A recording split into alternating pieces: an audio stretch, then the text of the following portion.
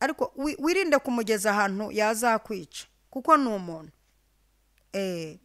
Donc uyu muntu Bibiliya yavuze ngo havumwe umuntu wiringira undi muntu. Ubu impamvu ubona umuntu agukomeretse ukarara nabi biterwa naho wamugejeje mu mutima wamujyanyemo kugira uti mu mutima yarinze agera mu mutima mu rwego wica wamujyanyeho gukora iki.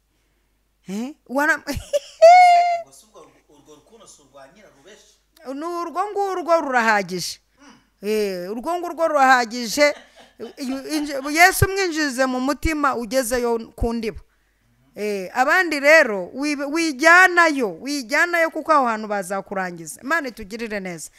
Uyu muntu wiringira undi muntu bivuze iki? Ari abantu biringiye abantu mu rwego babafashe nk'ibimana babashyira n'amaturo banabashimagizaho kugira ngo bashime n'Imana. Y'amazi gihora kivuga ngo nta yindi Mana tuzakorera nano mu kibaya cya Dura dushingiye ahantu twashoye tugashorera imizi, nta yindi Mana tuziringira. Hanyuma dukurikije ahantu twashoreye imizi, no ntabwo tuzapfukamira ikigirwamana Nebukadinezari yabaje.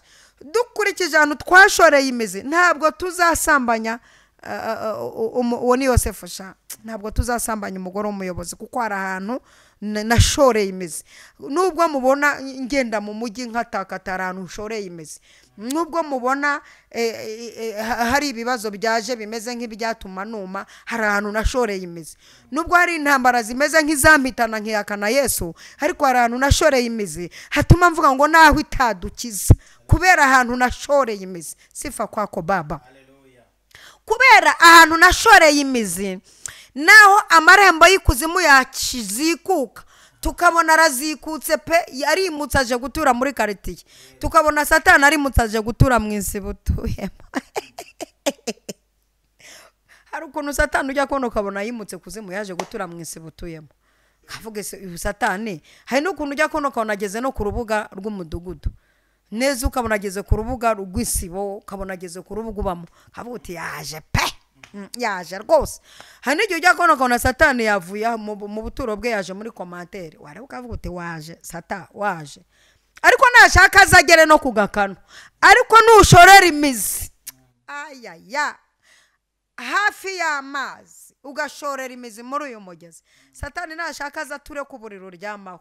Ni ukuri pe, uzajya umureba umuca amazi uvuga uti se uzataha ryari. Amahoro y'Imana, umugisha w'Imana no gufashwa n'umwuka wera bibane namwe mwese mukurikirana Eva Mama Lionel umunsi ku munsi. Mbashimira yuko mwakoze subscribe, ariko niba utarayikora nyabona simbuka ukore subscribe, kandi niba ubana n'umuntu utarakora subscribe akanakanya ko kumubwira uti nyabona kanda kuri subscribe, ubundi twibanire umunsi ku munsi. Amahoro y'Imana akomeze abane na buri muntu wese uteranira hano kuri Eva Mama Lionel. Niba ukunda ibiganiro byose binyuzwa kuri Eva Mama Lionel, nukuri Imana nawe guha umugisha. Ariko nawe niba utabikunda nta kundi twakugira, nyine uri umuntu wacu, kandi bamwe mu bantu bacu tujya tubakunda tukabifuriza n'ibyiza, ariko bizashira nawe ukore subscribe. Nsuza abantu bari burengerazuba, Burasirazuba, Amajyepfo n'Amajyaruguru. Asemera ibite. Amajyepfo n'Amajyaruguru, umujyi wa Kigali n'agataratu y'abadiaspora. Abantu mwese muzi ko twabanye mu masengesho y'ubushize y'ukwezi kwa gatanu, hajyame kwitwa gufata, bita gufata, ukaba uhingutse muri iki kiganiro muri iki gitondo. Imana y'amahoro ikwishimire, kandi nawe aho uri hose agiye hatandukanye, isaha yose uraba ufite, Imana iguha umugisha kandi kwishimire. Reka niyakirira abantu bajya bareba ikiganiro ari uko bateye telefone. Namwe mwese ndabakiye mu izina rya Yesu Kristo wa Nazareti. Reka kandi nongere nakira abandi bantu, undi muntu umwe ureba ikiganiro akavuga ngo iki kiganiro rwose pe gikwitura. Nawe ndagushimiye mu izina rya Yesu Kristo, kuko ituro riguhuza n'abakomeye. Ntatinze rero, ntago ndibuze gutinda, ahubwo ndibuze guha umwanya umushumba dusuhuze, namara kudusuhuza adusengere, nuko tubone dutangira ikiganiro cyacu cy'uyu munsi. Imana y'amahoro ibahe umugisha. ndabasuhuje cyane mu izina rya Yesu Kristo wa Nazareti. Imana ibahe umugisha kandi Imana ikomeze kubagura no kubagirira neza. Imana ibagirire neza namwe mwigirire neza. Hari ukuntu Imana ibagirira neza ariko mwe mukanga kwigirira neza. Ibashyigikire cyane rero mu rwego ibagirira neza, namwe mukaza kwigirira neza. Kubagirira neza no kubaha nk'amafaranga, mukanga kwigirira neza namwe ngo muyarye. Imana ibamugisha rero, ndabakundana n'abakumbuye cyane kwa wa mugane, abantu mukunda ibiganiro byacu, mukunda no kubikurikirana, kandi rero n'abantu batabikunda, ngewe nababwiye ko ndi nk'igitabo kinini cyane, urambura page imwe wakumva itaryoshye ukarambura iyindi, wakumva itaryoshye kuko hari n'abavuga batari ko se turiya tuntu baba bakuyemo dusetsa niyo magambo agira. Ubwo nugeraho bishekeje ukunda ibindi urebe ukomeze urambure page, nugera mu byahishuwe ku ipaje y'igitabo cyanjye utarabona aho ukunze ukire kujya. Imana rero ishobora byose yaremye ijuru n'isi ikomeze kukugasanira. Urakoze nyiribihe, Imana ishobora byose yaremye ijuru n'isi, uragahora usingizwa. Hanyuma turakuramya tukakurata tukagusingiza tukakuvuga ibigwi, ntawera nkawe twarakubonye kandi n'ibyo utarakora uzabikora. Hari ukuntu tukubona muri iki gihe no mu gihe cyashize twarakubonye, hanyuma tugatangira kubona n'amarenga y'ibyo ugiye gukora mu gihe kizaza. Dushimye izina ryawe ryera cyane ko umanukiye kubana n'umuntu wese ugize umugisha wo kugera hano ngo yumve ijambo ryawe. Turasabye ngo Mwuka Wera w'imbaraga, umwuka musobanuzi, umwuka ukora imirimo itangaje, aze akore ku bintu byose uyu muntu dukurikiranye afite. Urwaye akire, ushonje abone ibyo kurya, Mana ufite ikibazo gisubize, uri mu madeni uyishyure, mushomera abone akazi, Mana ugenda agere yajya, ikiganza cyawe kigumye gukora ibikomeye. Ngushimiye kubana natwe muri byose mu izina rya Yesu Kristo, amen amen. Arakoze cyane umubyeyi, ati Imana y'amahoro ibaho umugisha. Umuhanga umwe yaravuze ngo burya abagore bagira inzara ntibagira inziko. Warubizi?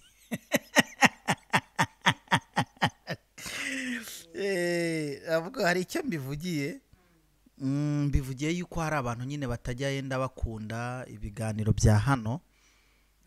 Twagira inzara ariko ntabwo twagira inziko. Yego. Reka tubabwire ngo Imana y'amahoro rero ibaho umugisha kandi bishimire, ibahe kuba mu gihugu cy'Uwiteka Imana yabibaha, natwe iduhe kuba mu gihugu cy'Uwiteka Imana yacu iduha. Birabirinduka bikamanza bikadufasha, bugiye bijya kubageraho mujya guseka natwe twasetse. Niyo mpamvu mu kiganiro ntimuzabona amarira, keretse ahari niho turi kuvuga ibintu bibabaje uzafatanye kurirana natwe, nituvuga ibintu bishimishije ufatanye kwishimana natwe. Hanyuma uyu munsi wa none natekereje ndavuga ngo uyu munsi reka tuganirize abantu ikintu bajya bita kwiringira umuntu. Haranditswe ngo wiringire umwana w'umuntu avumwe, haranditswe ngo ntukiringire n'umugore umupfumbatana, ngo nawe ntukamwiringire. Ese mubyeyi, iyo bavuze kwiringira umuntu, ese iyo bakubuje kwiringira n'uwo mupfumbatana, iyo bakubuje n'abanyarwanda baravuga ngo kimuhana kaza imvura ihise, ese mu magambo meza, mu buryo bwiza, ese hari ukuntu umuntu byazagira igihe umuntu akiringira umuntu? Ese umuntu azahora atiringirwa kandi Imana ivuga ngo bica mu bantu? Umurundi yaravuze ngo bica mu bantu. Turamusuhuje Madamu Nkurunziza. Nigeze kumva intuza intahe cyangwa se niko babyita ikiganiro cyangwa se yego. Ariko Imana yaravuze ngo nta kintu na kimwe muzabona kidaciye mu bantu. None kuki tutakwiye kwiringira abantu? Imana y'amahoro iguha umugisha kandi kwishimira kuko ibisobanuro byiza. Yesu abaho umugisha. Yeremiya, ndagusubiza ninje muri Bibiliya. Yeremiya igice cya 17 umurongo wa 5. Uku niko Uwiteka avuga ati, havumwe umuntu wiringira undi muntu akishima amaboko ye, umutima we akimura Uwiteka. Cyambere wazaba ameze nk'inkokore yo mu butayu. Cya kabiri, kandi icyiza ni cyiza ntazakibona. Icyiza nikiramuka kije ntazakibona. icya gatatu ahubwo azatura ku gasi ko mu butayu mu gihugu cy'ubukana kidatuwemo. Ahubwo dore igitekerezo, hahirwa umuntu wizera Uwiteka, Uwiteka akamubera ibyiringiro.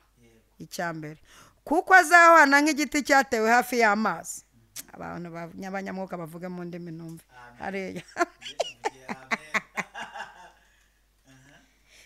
Kabiri, gishorera imizi mu mugezi. Gatatu, ntikizatinya amapfa nacana. Kane, ahubwo ibibabi byacyo bizahora na itoto. Ikindi, ntikizita ku mwaka wacanywemo amapfa, kandi ntikizareka kwera imbuto zacyo. Turabona kwiringira umuntu no kwiringira Imana ni ibintu bibiri bitandukanye. Bibiliya iravuga ngo mukunde abanzi bacu, niko yatubwiye, ariko ntiyadutumye kubagira inkoramutima. Mu bintu bituma rero muhora mukomereka nuko mwafasha abanzi banyu mukabagira inkoramutima. Mubakunde ariko ntimubizere. None mwebwe Bibiliya yababwiye, yabahaye cya hafi mushyiraho na Nyamirambo. Bibiliya yavuze ngo mukunde abanzi banyu, none mwarongeye mujya kubizera, mubabitsa amabanga, murongera mufungura ibyumba by'umutima binjiramo, barabahuhura. Bibiliya ko yavuze ngo tubakunde, aravuze ngo tubiyegurire, tubizere, tukabye. Aha rero Bibiliya yavuze ngo havumwa, uwo muntu havumwa wiringira undi muntu akishima n'amaboko ye. Hari n'umuririmbyi yaririmbye ngo abiringiye abantu barabahemukeye, ngo ndetse babahanze n'amaso babakoze isoni. Ariko wowe Uwiteka we ntujya uhemuka ukwiringiye, ntukoza n'isoni. Bivuze iki? Ndashaka gukangurira abantu biringiye abantu ngo basigeho. Hari abantu biringiye inshuti bazibitsa amabanga akomeye, umugeza ahantu kure mu mutima. Harya umugeza niho akugeza kwica. Jya umugeza ahantu atakwica mutandukanye. Ubundi jya ukunda umuntu, ariko wirinde kumugeza ahantu yazakwica, kuko ni umuntu.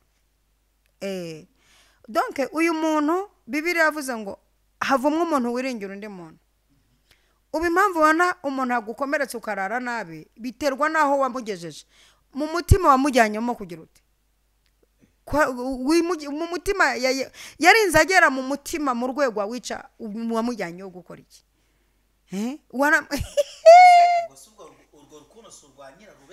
Urwo ngurwo rurahagije. Urwo ngurwo rurahagije. Yesu mwinjize mu mutima ugezeyo ku ndiba. Abandi rero wijyanayo kuko aho hantu bazakurangiza. Imana itugirire neza. Uyu muntu wiringira undi muntu bivuze iki? Hari abantu biringiye abantu mu rwego babafashe nk'ibimana, babashyira n'amaturo, banabashimagizaho kugira ngo bashime n'Imana. Cyo ni kimwe. Hari urundi rwego wiringiramo umuntu bigatuma akwanika ukuma nta n'izuba rirava. Ku buryo akwanika mu mvura ukuma. Rwose pe, ukuma mu mvura nta zuba, ariko ukuma kuko waramwiringiye urakabye. Hari abantu mwiringiye abantu mu rwego mubacumuriraho. Aba hanze yaranyimye, ahembwa amadolari, wananiwe kujya gushaka akazi ngo ufite mwene wanyu uba hanze, ngo ufite umuntu umweganye uba hanze. Aba muri Amerika ahembwa amadolari, aba mu Bufaransa ahembwa amayero, yaranyimye, Imana izamuhane, n'ibintu byenda bivumye, ntagatere imbere. Donc wiringiye umuntu, kandi Bibiliya iratubuza ibyo bintu. Uyu muntu wiringiye umuntu muri uru rwego avumwe. None wiringira umuntu, anige wiringira umuntu witwa umupfumu, kamwiringira mu rwego wumva ari ukubeshejeho n'akantu kakoma gutyo ukikanga uti aro mupfumu mpera umumotari agati ati reka izuba ryavuye karapfa, ukirirwa wumva nikatakugeraho upfa. Wiringiye amaboko y'umuntu, hari imiti nanyagirwamo ugapfa, umupfumu ukubwira ati iyi miti nguhaye niyo kugendana, iyi niyo kwambara, ariko akazibeshya akagwamo igitonyanga uzahita upfa. Uzahita upfa. Niyo mpamvu burya kenshi hari abantu ujya ubona bagendana iyo miti, kizabikubwira. Ntimwajyana ahantu hari umugore mugenzi wawe biri ngombwa ko mujya muri dushe cyangwa ngo murarane ntiyemera. Mushobora kumarana icyumweru mu cyumba ugataha utabonye ubwambure bwe kuko afite utuntu yirengeye. Oya ni nyine si ngombwa kureba ubwambure bukabije ariko bukabije ukabureka. Si byo ntabwo mbizi abagabo simbazi. Hanyuma nzi umugabo hanyuma uyu muntu wifitse akagati y'imvura iguye reka yugamba wenda izahita ejo araguma kugira ngo adatakarama akantu agapfa.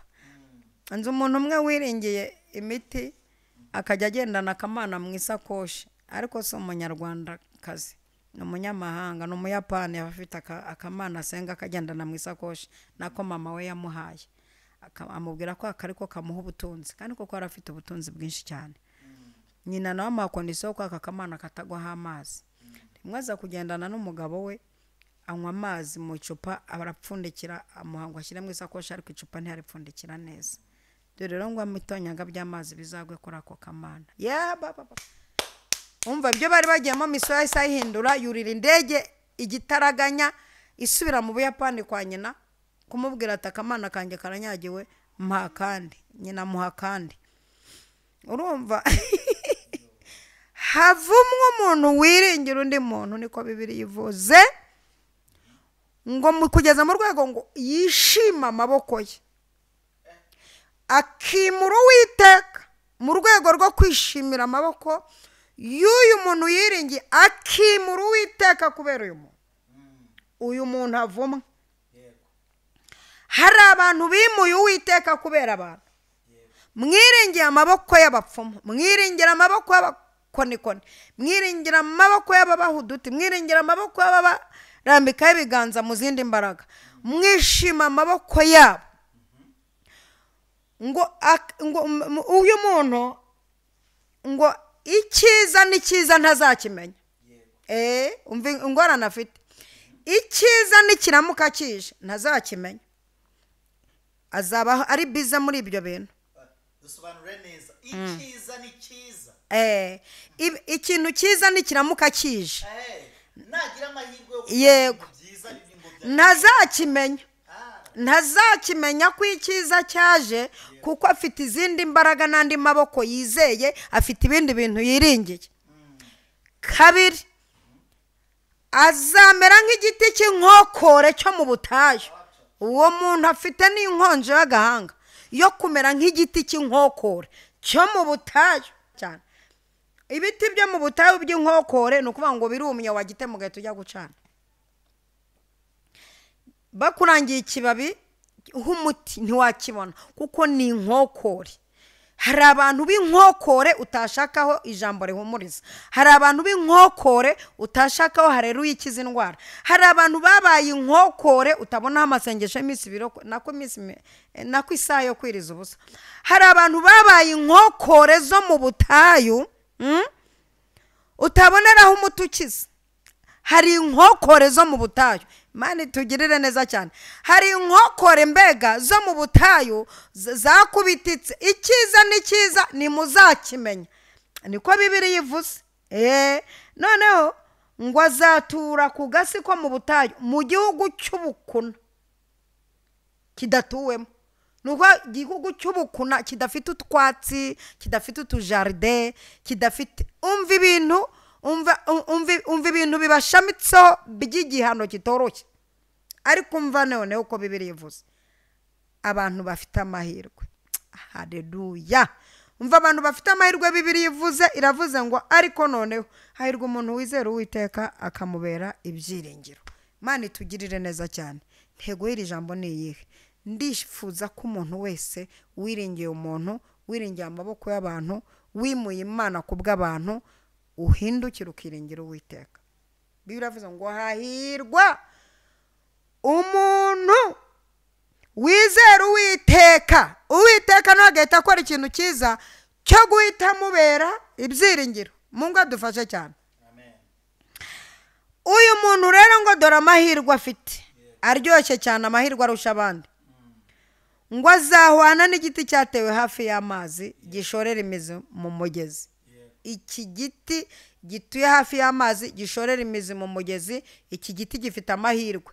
Kandi tubona abantu bagiye bashorera hafi y'amazi, bashoreye imizi mu migezi. Tugenda tubabona ba Nehemiya abo ngabo bagiye gusa ne Yerusalemu bakanabirwara, bakarwara indwara yo kumva, uburyo kumva Yerusalemu harabaye amatongo, yo washoreye imizi mu migezi, yo washoreye muri Yesu. Urawumva ishaka ry'iby'iwanyu, ishaka ry'umurimo w'Imana. Uyazahwana nk'igiti cyatewe hafi y'amazi, gihora kivuga ngo nta yindi Mana tuzakorera. Nano mu kibaya cya Dura dushingiye ahantu twashoye tugashorera imizi, nta yindi Mana tuziringira. Hanyuma dukurikije ahantu twashoreye imizi, no ntabwo tuzapfukamira ikigirwamana Nebukadinezari yabaje. Dukurikije ahantu twashoreye imizi, ntabwo tuzasambanya uwo ni Yosefu sha, ntabwo tuzasambanya umugore w'umuyobozi, kuko hari ahantu nashoreye imizi. Nubwo mubona ngenda mu mujyi nkatakata ahantu nshoreye imizi, nubwo mubona hari ibibazo byaje bimeze nk'ibyatuma numa, hari ahantu nashoreye imizi. Nubwo hari intambara zimeze nk'izampitana nkiyakana Yesu, ariko hari ahantu nashoreye imizi hatuma mvuga ngo naho itadukiza, kubera ahantu nashoreye imizi. Sifa kwako Baba. Kubera ahantu nashoreye imizi, naho amarembo y'ikuzimu yakizikuka, tukabona arazikutse pe, yarimutse aje gutura muri quartier, tukabona Satani arimutse aje gutura mu isi butuyemo. Hari ukuntu Satani ujya kubona ukabona yimutse kuzimu yaje gutura mu isi butuyemo, kavuga se Satani. Hari n'ukuntu ujya kubona ukabona ageze no ku rubuga rw'umudugudu neza, ukabona ageze ku rubuga rw'isibo, ukabona ageze ku rubuga ubamo, kavuga uti yaje pe, yaje rwose. Hari n'igihe ujya kubona Satani yavuye mu buturo bwe yaje muri commentaire, wari ukavuga uti waje Satani waje. Ariko nashaka azagere no kugakano, ariko nushorera imizi ayaya hafi y'amazi ugashorera imizi muri uyu mugezi, Satani nashaka azature ku buriro ryamaho.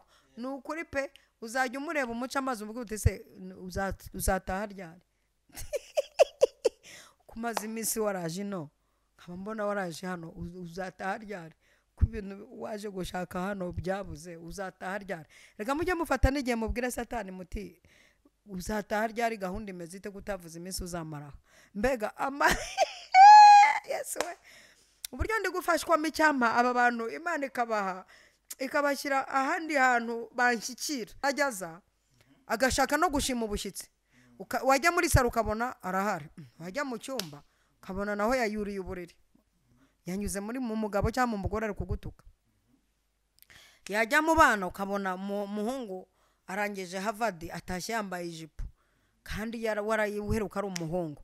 Urumva Satani aba yaje kugusura. Jya ugira igihe umubwira utese ko mbona washimye ubushyitsi n'ibintu waje gushaka hano, ko ari igihe waje gushaka ukaba utarambona, urateganya gutaha ryari? Unamucyura atahe rwose, muherekeshe nk'amasengesho y'umuriro, mukubite nka rero y'umurambararo, ku buryo nanagerayo agerayo yarwaye nk'ikizungera cy'imyaka 10, akamara iminsi ahaguruka akikubita hasi. Mujye mumuherekesha ikizungera, ku buryo niyegura akabunongera akakesa hasi, cyangwa agahanga k'inyuma bitewe naho wahamije, cyangwa k'imbere mu rwego atazongera kubona najya kwegura gutera agwa igihumure. Haleluya! Kandi n'ubu ngubu mutwikishije umuriro muteserere kurya azajya ajya guhaguruka agakubita ikibuno hasi, nahaguruka aje gutera urugo rwawe akubita uw'inyuma hasi mu izina rya Yesu. Ntabwo mu mwuka ndazimuteye mu mwuka, iyo twagiye mu mwuka tumuhindura umuntu ufatika, kugira ngo tubone uko tumwiyegereza tumwica sawa sawa. Turabanza tukamugira umuntu, mbega tukamugira umufano ufatika kugira ngo tumenye uko tumwica. Ariko amarangamutima ye ndayangije amasaha mu izina rya Yesu, no mu ntekerezo ze nkozemo ndakorose. Urumva neza, amarangamutima ye ndakoroze, njombyemo umusimari utavamo, ku buryo azajya ahora yumva nantekereza mbega mujombye umusimari utava ku mutima. Satani akugaraguye pe, ni umugore uresha utya kandi urabizi ko ngiye nta mikino tugirana. Nguteye njonogo mu mugongo ku buryo uzajya urwara ikizungera, nutekereza guhaguruka ngo ntere uzajya urwara ikizungera, ujye uhora ugwa wicaye. Kandi imbaraga ukorana nazo n'abazimutuma, mbacukuriye urwobo rutagira iherezo, isi izarinde irangira mutaragera iyo mujya. Mu izina rya Yesu muvuge ngo amina. Kandi hari abantu bizera kundusha bahise bajya mu yandi mavuta. Bibiliya ivuga ngo iki? Kuko azahwana n'igiti cyatewe hafi y'amazi, amapfa nacana.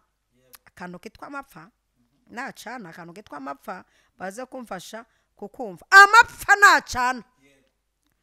Urumva neza? Igihe abandi barimo bagwa mu byaha, erega amapfa hari igihe acana neza ukumva yacanye hepfo ngaho ukumva nawe wasambana. Amapfa yacanye. Hari igihe amapfa acana ukumva ageze ku munwa ukumva ugiye kubesha. Amapfa abacanye. Amapfa ajya acana ku muntu w'umurokore. Amapfa agacana neza neza umugabo ukajya kumva kubwiye buryo uri igicucu kandi ufite doctor. Amapfa aba yacanye. Burya amapfa hari igihe acana umugore akikumbagaza ati mbona urembwa.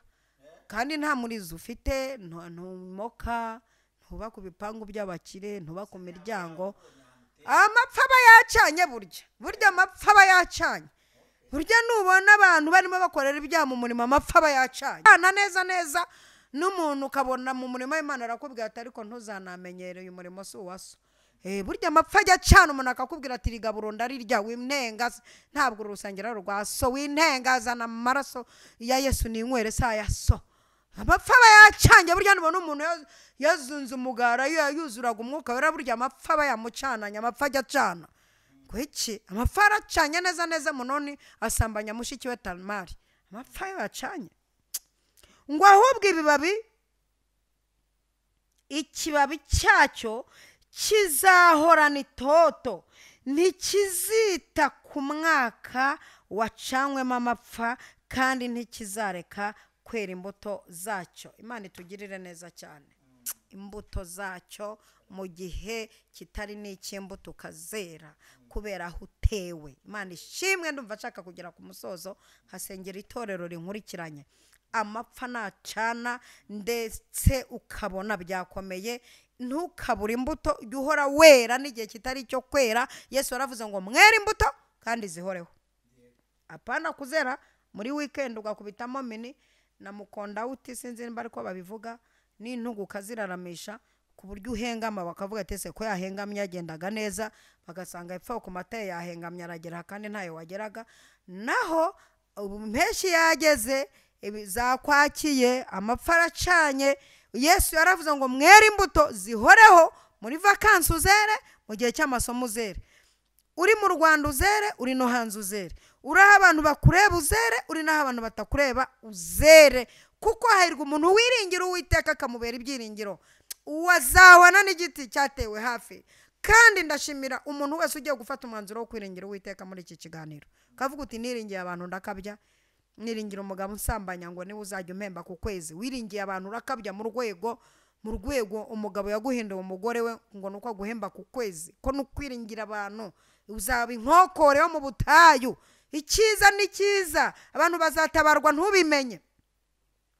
Abo mwasenganye bazatabarwa ntubimenye. Icyiza kizaza ntumenye ko cyaje. Abantu bazamuka uhugiye muri ayo mapfa yawe ntuzabimenya. Imana itugire neza cyane. Muntu wiringiye shebuja mu rwego muryamana kandi uba mu murimo w'Imana, icyiza kikaba kije mu murimo w'Imana, abera bakaba bagiye gutabarwa. Bibiliya yavuze ngo icyiza ni cyiza ntazakimenya. Abantu bazatabarwa ntubimenye uhugiye mu biro, uhugiye imbere ya shebuja, wiringiye umuntu. Bantu mwiringiye abantu musigeho, mwiringire Uwiteka ababera ibyiringiro, muzatengamara. Yesu abagirire neza. Soza ndihanisha umuntu wiringiye umuntu mu rwego amukoresha ibyaha, wiringiye umuntu mu rwego amukoresha kwiringira izindi mana ukaba ugendana umuti, wiringiye undi muntu mu rwego wumva wabaha ngo niwe ukugize. Mwiringire Uwiteka, Uwiteka ababere ibyiringiro. Kandi ikindi mwitegure kwakira ibyiza bivuye ku Uwiteka, birahari. Ejo tutazatabarwa ntubimenye. Kandi Imana ivuga twari kumwe, itubwira wari uhari, wari wanayisirimbiye. Mu bantu batumye inavuga ni wowe. Warayitambiye, Imana irebye ibona ikwiye kumanura amasezerano. None watumye Imana ivuga ujya kwiringira ibindi bintu, none ibyiza biraje mu rwego icyiza n'ikiza utazakimenya. Iri jambo ni rinini cyane narivuga ukwezi, ariko reka ncumbikira ahangaha ngo usengere Imana ikubabarire uce bugufi wihane ubwire Imana uti guhera umunsi niwe ngiye kwiringira. Mana urakoze ndagushimiye ndetse ngushimiye mbikuye ku mutima kubw'ijambo ry'umuti rije komora umuntu wese wiringiye umuntu. Byiringiye umuntu arakabya, yiringira umuntu mu rwego atamubonye yumva atabaho, yiringira umuntu mu rwego yumva yamukoresha ibyaha, yiringira umuntu mu rwego yumva yamucisha aho ashaka yamwibagiza yamuremye. Ariko uyu muntu aguciriye bugufi mu izina rya Yesu. Aka kanya arakwiringiye nk'umukozi w'umuhanga, arakwiringiye nk'umukozi w'umuhanga ukora ibyananiranye, utobora ibyatobamye, uhindura ibyanze guhinduka, ukize abamwubaha. Aka kanya arakwiringiye, kandi niko ijambo ryawe rivuze ngo hahirwa umuntu ukwiringira, hanyuma nawe ukamubera ibyiringiro. Uvuze uko azamera, azahwana n'igiti cyatewe hafi y'amazi, impeshyi ntazayumva, ibigeragezo ntazabyumva, azaba ari munsi y'amababa yawe kuko uba mu rwisho rwisumba byose, azahama mu gicucu cyawe. Uyu muntu afite ayo mahirwe yo guhama mu gicucu cyawe, kandi afite amahirwe yuko ubutabazi nibuza azaba hari, icyiza n'ikiza azaba hari, nutabara abera azaba hari, haleluya, numanura imbaraga azaba hari, reboshayideta, nurengera abantu azaba hari, nutanga urubyaro azaba hari, nutanga akazi azaba hari, nuza kuvugurura amasezerano azaba hari. Uyu muntu aragarutse, haleluya. Imbaraga zawe nizimuzaho guhera uyu munsi, ntakongera kwiringira izindi mana z'abanyabyaha, ntakongera kwiringira izindi mana z'abanyamahanga, ntakongera kwiringira imana zanurwa, imana zibikwa, imana zimanyagurika, imana zidasubiza. Guhera uyu munsi afashe umwanzuro wo kongera kukwiringira, kandi umubere ibyiringiro, kugira ngo amere nk'igiti cyatewe hafi y'amazi, gihorana itoto, gihora kivuga ko wera, gihora kivuga ko naho imitini itatoha, gihora kikwiringiye no mu gihe ibintu byakaze. Haleluya, urakoze, ndagushimiye kuri Imana itabaye ubu bwoko. Mbisenze shima mu izina rya Data wa twese, Umwana n'Umwuka wera. Amen, amen. Shalom, shalom. Ubuntu bw'Umwami wacu Yesu Kristo, urukundo rw'Imana no gufashwa n'Umwuka wera bibane natwe twese ibihe bidashira.